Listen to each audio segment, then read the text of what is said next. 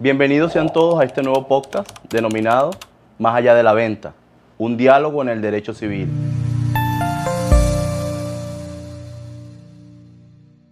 Hoy estaremos adentrándonos en un tema muy interesante, denominado la naturaleza de la venta. La venta, como un contrato, se inicia desde la época antigua, donde se utilizaba el trueque como método de pago para efectuar las operaciones comerciales. Luego se actualiza en la época romana, donde aparece un instrumento universal para ejecutar ese tipo de operaciones comerciales entre las personas. Aparece consensual en el ius gentium, es decir, las operaciones entre pueblos o ciudades. Luego se actualiza en el ius civile, cuando la sociedad tiene acceso a ese tipo de contratos y el tipo de operaciones. Es allí donde se actualiza. En la actualidad, este tipo de compraventas son los contratos más importantes o la metodología, instrumento más importante para la realización de operaciones comerciales. En este sentido puedo decir dos cosas. La primera, que la venta es un contrato. Y la segunda, que este contrato compra-venta es una reestructuración y una mejora del trueque. Pero no solamente hablaremos de esta venta o de este trueque y de esta definición o reseña histórica. Aparecerán una serie de características importantísimas dentro de este tema interesante para todos. Ok, entrando a la parte de las características de la venta, pudiésemos decir que en Venezuela la venta está inmersa dentro de los derechos constitucionales, específicamente en el artículo 112 de nuestra Carta Magna, el cual establece que toda persona tiene derecho a dedicarse libremente a la actividad económica de su preferencia. Los contratos de venta están caracterizados por ser consensuales, ya que las partes están conscientes de lo que están adquiriendo. Bilaterales porque tienen compromisos y obligaciones, nominados y típicos porque están dentro de la ley, onerosos y conmutativos porque cumplen obligaciones con la cosa y el pagar. Las ventas no solamente cumplen características específicas, también tienen una serie de elementos en nuestro Código Civil venezolano, en nuestro artículo 1474. Así es, el artículo 1474 del Código Civil establece que la venta es un contrato por el cual el vendedor transfiere la propiedad de una cosa al comprador y éste está obligado a pagar el precio. Aunque de forma concisa, este artículo nos deja ver que también existen unos elementos dentro del contrato, como son la cosa, el precio, las partes que son el comprador y el vendedor. Ahora bien, para analizarlo de forma más profunda es preciso relacionarlo con otras disposiciones que se encuentran dentro del Código Civil, como lo son su relación con el artículo 1133, donde se define lo que son los contratos, el artículo 1161, donde nos refiere cómo se transfiere la propiedad de un bien, que, como venías comentando, debe haber un consentimiento legítimamente manifestado de las partes. Ahora bien, ¿qué efectos surge la celebración de un contrato? Los contratos tienen fuerza de ley porque deben cumplirse tal como están establecidos, además de que crean un vínculo jurídico entre las partes y generan obligaciones, tanto para el comprador como para el vendedor. Pero dentro de este mundo de los contratos encontramos diversas modalidades, como son las ventas por peso y medida, las ventas en globo, las ventas ad gustum y otras que están establecidas dentro del código. Pero bien, surge una interrogante: ¿cuáles son los requisitos que se necesitan para que esta venta adquiera legalidad? ¿Y cómo se relaciona con las partes y su consentimiento? La venta se perfecciona con el consentimiento de las partes sobre la cosa y el precio. No requiere forma especial, salvo en que la ley lo exija. Ahora bien, ¿quiénes pueden contratar? Según lo establecido en el artículo 1143 del Código Civil venezolano, pueden contratar todas las personas que no estuviesen declaradas incapaces por la ley, lo que nos conlleva el artículo 1144 de este mismo código, donde especifica las incapacidades específicas, las cuales son los menores de edad, los entredichos, los inhabilitados y las instituciones de manos muertas. Cabe destacar que aparte de estas incapacidades específicas también existen unas limitaciones de los contratantes. Algunas de estas limitaciones pueden ser como de las personas que no pueden comprar ni vender. El artículo 1481 nos establece que no puede existir la venta de bienes entre marido y mujer, ni directamente, ni en subasta, ni por intermedio de otras personas. También tenemos por otra parte las personas que no pueden comprar. El artículo 1482 nos establece algunas incapacidades que están establecidas en los ordinales del 1 al 5, que son los siguientes aspectos. Entre padre y madre, los derechos de sus hijos sometidos a su potestad. Entre los tutores, protutores y curadores, los derechos de las personas sometidos a su tutela. Los empleados públicos, los bienes de la nación, los mandatarios, administradores o gerentes, los bienes de los que están encargados de vender o de hacer vender, y los magistrados, jueces o fiscales, los derechos de acciones litigiosas de la competencia del tribunal que forman parte, y los abogados y procuradores no pueden ni por sí mismos ni por medio de personas interpuestas celebrar con sus clientes algún contrato o pacto de venta.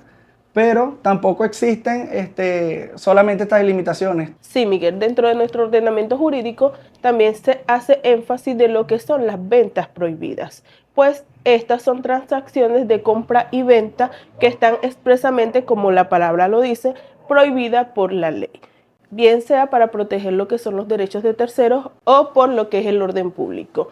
Ahora bien, dentro del Código Civil, en su artículo 1483 al 1485, nos establece cuáles son las cosas que no pueden ser vendidas. Dentro de ellas tenemos lo que es la cosa ajena, que es, pues, se refiere a aquellas personas que han vendido una cosa que no le pertenece.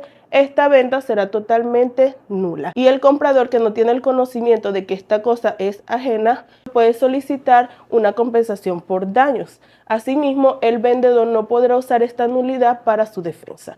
De igual forma, encontramos dentro de este ordenamiento jurídico lo que es los derechos de una sucesión de una persona viva.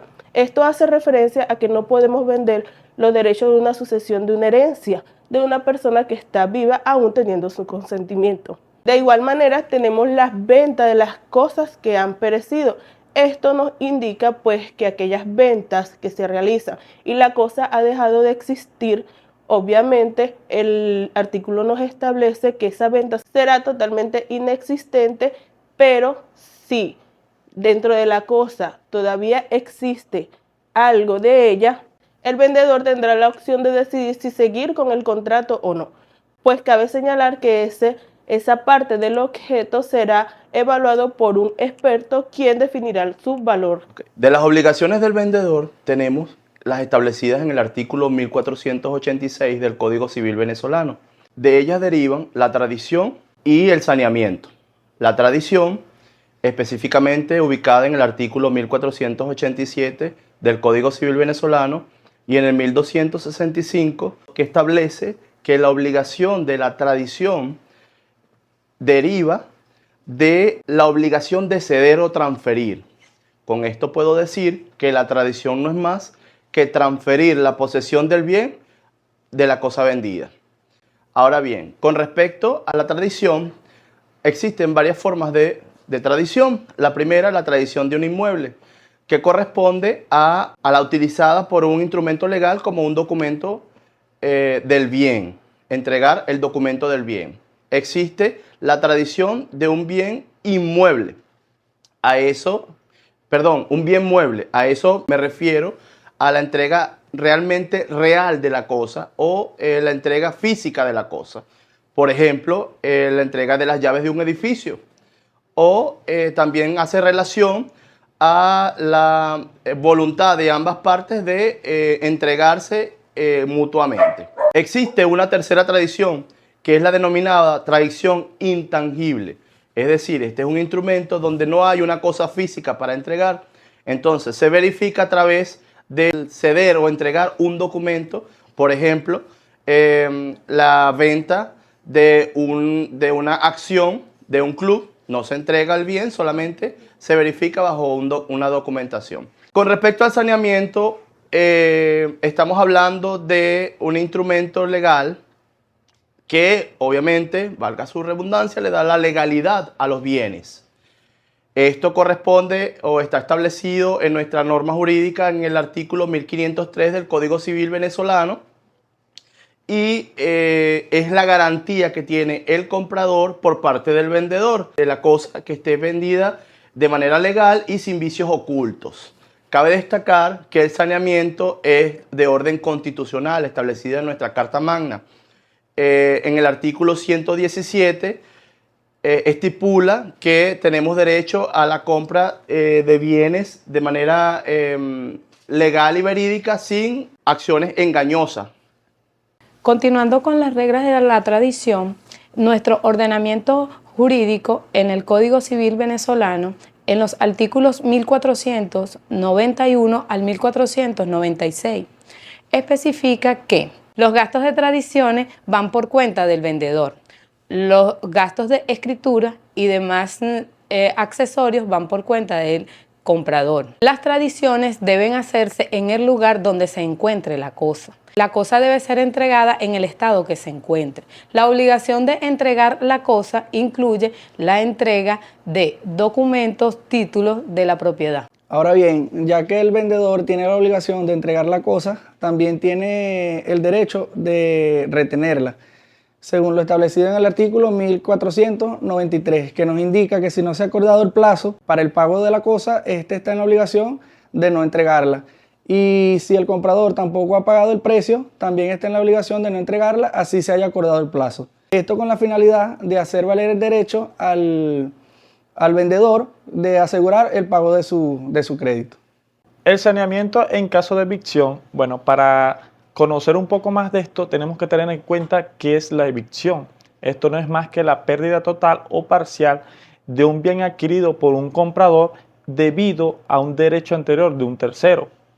El saneamiento se encuentra consagrado en el artículo 1504 del Código Civil venezolano, en el cual establece que aunque en un compraventa no se haya estipulado el saneamiento, de igual manera el vendedor deberá responder al comprador en caso de evicción. Para que el saneamiento por evicción tenga lugar, deben cumplirse ciertos requisitos, como son la perturbación en la posesión del bien, la legitimidad en la titularidad de un tercero y la existencia de un derecho anterior.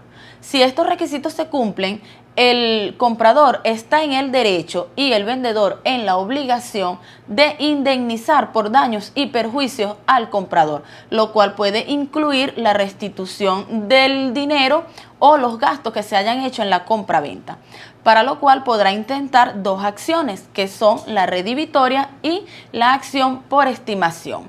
Ahora bien, ¿cuánto tiempo tiene el comprador para realizar o intentar estas acciones? Esto va a depender de acuerdo a los bienes. Por ejemplo, los bienes inmuebles tienen un lapso al término de 1 año después de haber sido comprados, y para los bienes muebles el término de 3 meses después de haber adquirido el bien.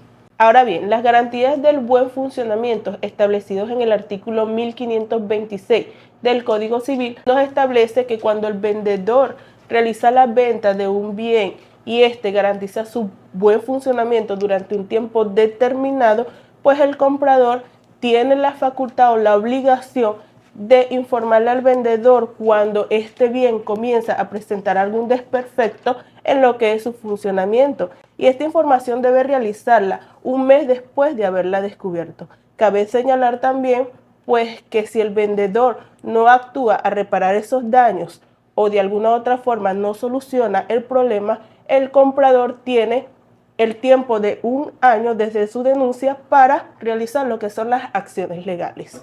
Si bien es cierto, en el contrato existen 2 partes, el vendedor y el comprador, y este comprador tiene obligaciones dentro del contrato, y la principal o la más importante es el pago del precio, la cual se encuentra establecida en el artículo 1527 del Código Civil, el cual establece que la obligación del comprador es pagar el precio en el día y lugar tal como se haya establecido en el contrato. Pero también es importante destacar que dentro de este pago de precio existen ciertas reglas, y una de ellas es que el pago debe hacerse conforme se haya estipulado en el contrato. Ok, Génesis. Ahora surgen unas interrogantes. Te tengo dos preguntas. Dígame. La primera, ¿qué sucede cuando no se establece en el contrato nada? O sea, sobre ese pago. Cuéntame. Exacto, si no se establece nada sobre este pago, debe entenderse que el mismo se realizará en el día y lugar en que se realice la tradición. Es importante señalar también que este pago debe hacerse en la moneda de curso legal, pero también las partes pueden llegar al acuerdo de que este se haga en especie. El pago debe corresponder con el valor de la cosa y a su vez este debe ser determinado o determinable. Ok, la segunda pregunta y última para terminar tu tema. ¿Qué ocurre si el comprador no paga el precio establecido en el contrato? En este caso, el vendedor puede actuar a través del derecho de retención, acción de resolución de contrato o ejecutar la garantía legal si ésta existiera. Pero también es importante señalar en este tema que este precio o este pago del precio puede generar ciertos intereses. ¿Qué nos puedes decir tú sobre eso, Carla? Por supuesto, surge la interrogante, tanto para nosotras como para las personas que nos están viendo. ¿Tiene el comprador la obligación de pagar intereses? Por supuesto, como está establecido en el artículo 1529 del Código Civil venezolano. El comprador, hacemos una compraventa, vamos a establecer las cláusulas pactadas, vamos a tasar el monto, la tarifa y el día en cuando se va a perfeccionar esa dicha venta. No se llega a un acuerdo, no tasamos, no pactamos, pero se hace ese dicho contrato, perfecto. Pero el día cuando se vaya a perfeccionar dicha venta, pues el comprador tiene que tasar o pagar ese mismo momento los intereses. Es decir, que en ese momento se concreta la venta. En ese momento se va a concretar la venta. Tengo otra duda, Carla. ¿Puede el comprador suspender el pago del bien comprado? Claro, Génesis, así como está establecido en el artículo 1530 del Código Civil venezolano, voy a detener el pago. Sí, voy a detener el pago porque eso me está creando dudas, me está perturbando. Se está creando desconfianza. Me está creando esa desconfianza porque no sé si eso está generando frutos. Entonces, hasta que el vendedor tenga esa certeza o que él cese esa preocupación que yo tengo y subir la garantía suficiente para así poder perfeccionar dicha venta. Y continuamos entonces con Más allá de la venta, un diálogo de derecho civil. Y es que en esta oportunidad vamos a conversar entonces acerca de un tipo de venta denominado venta con pacto retracto. Y bueno, fíjate que desde mi conocimiento, si partimos de la etimología de la palabra retracto, yo tengo que esta palabra deviene de la palabra latina retraje, que significa así como ir atrás o volver atrás. Entonces, desde un punto de vista jurídico, Wilfredi, podríamos decir que el retracto en el derecho significa como dejar sin efecto una venta, la acción de llevar a cabo de pronto una venta o devolver esa venta. Entonces, en función de esto, pudiéramos definir que la venta con pacto retracto se trata de el derecho que tiene un vendedor de reservarse la posibilidad de recuperar ese bien cumpliendo con ciertas condiciones. Tenemos conocimiento que este tipo de venta se puede dar de dos formas. Tenemos las ventas con pacto retracto convencional y tenemos las ventas con pacto retracto legal. En esta oportunidad, bueno, tú que eres el experto, explícanos en qué consiste la venta con pacto retracto convencional. Gracias por lo de experto, pero según lo establecido en el Código Civil, en el artículo 1534, establece que es un pacto o un contrato bilateral que establecen dos personas y el vendedor obtiene una opción para recuperar la cosa vendida una vez cumplidos ciertos parámetros establecidos dentro del mismo contrato. Supongo que para que califique o se pueda dar este tipo de ventas se deben cumplir con algunos requisitos específicos, Wilfredi. Sí, el mismo código, en el artículo 1535, te establece esos requisitos. Uno de ellos es que exista obviamente una venta y que se establezcan pactos. Dentro del mismo contrato se tiene que establecer el tiempo para regularizar esto y para hacer esta opción de retrotraer la venta. ¿Y en caso de que estas partes, bueno, por mutuo acuerdo, que es la característica de este tipo de ventas, no hayan fijado este plazo, ¿qué estipula el código? Generalmente este tipo de pacto el contrato lo establece, pero si no toman en consideración el tiempo, la misma ley te establece que no puede ser superior a 5 años, pues tiene que estar entre ese plazo, no superior a 5 años, pero eso va a ir de acuerdo al contrato. Entiendo. ¿Y si el vendedor en este tipo de ventas fallece? Bueno, allí entrarían en acción lo que son los herederos, que ellos pueden hacer valer esta opción o no, de acuerdo a su percepción, pero cumpliendo siempre con los mismos parámetros que están establecidos dentro del mismo contrato. En esta oportunidad, entonces, vamos a hablar de lo que es el retracto legal. Entiendo que es una herramienta que protege los intereses de las partes. Entonces, cuando hablamos de partes, ya estamos hablando de una comunidad. Sí, ciertamente, porque es un derecho que ejerce ciertas personas sobre un bien que ha sido vendido a un tercero, subrogándose como el comprador original. En otras palabras, el retrayente tiene la facultad de deshacer una venta y convertirse en el nuevo comprador, siempre y cuando cumpla con los requisitos y condiciones establecidas en la ley. ¿Y quién tiene derecho a este retracto legal? Según el Código Civil venezolano, específicamente en su artículo 1546, establece que los primeros titulares de derechos son los comuneros. ¿Quiénes son los comuneros? Aquellas personas que comparten la propiedad de un bien. Ahora bien, si un comunero vende su parte a un tercero, los demás comuneros tienen el derecho de retracto. Eso sí, tienen que pagar el precio y condición al tercero. ¿Y estos comuneros, para hacer uso de este derecho, qué plazo tienen, qué tiempo deben? El mismo Código Civil establece en su artículo 1547 que existe un plazo de 9 días, contados a partir de la fecha de la notificación de la venta. Ahora bien, si no estuviese presente o no hubiese quien lo represente, tendrá un término de 40 días contados a partir de la fecha de registro de la escritura. ¿Y los requisitos que ellos deben cumplir? Los requisitos varían según el tipo de retracto en Venezuela, pero esencialmente lo que se exige es que exista un derecho legal sobre la venta del bien al tercero, una notificación al retrayente, el ejercicio del derecho sobre un plazo legal y sobre todo que exista las condiciones del término en la venta. En relación a este tipo de ventas, Wilmary, ¿qué efectos tiene la venta con pacto retracto? Surgen diferentes efectos, Ana, referentes también a la sustitución del comprador, que el retracto legal le otorga el derecho de subrogarse en las mismas condiciones que el comprador original. Esto quiere decir que el beneficiario debe recibir por el mismo precio y en las mismas condiciones que ya están pactadas en el contrato de compraventa. También existe otro efecto muy importante también, que es el ejercicio dentro de un plazo. Para que este plazo pueda ejercerse, debe existir un plazo legalmente establecido, la cual va a variar según la causal que lo origine. Para que este se cumpla, generalmente va dentro de los 9 días, contando a partir de que se le hace la notificación de la venta al beneficiario del retracto.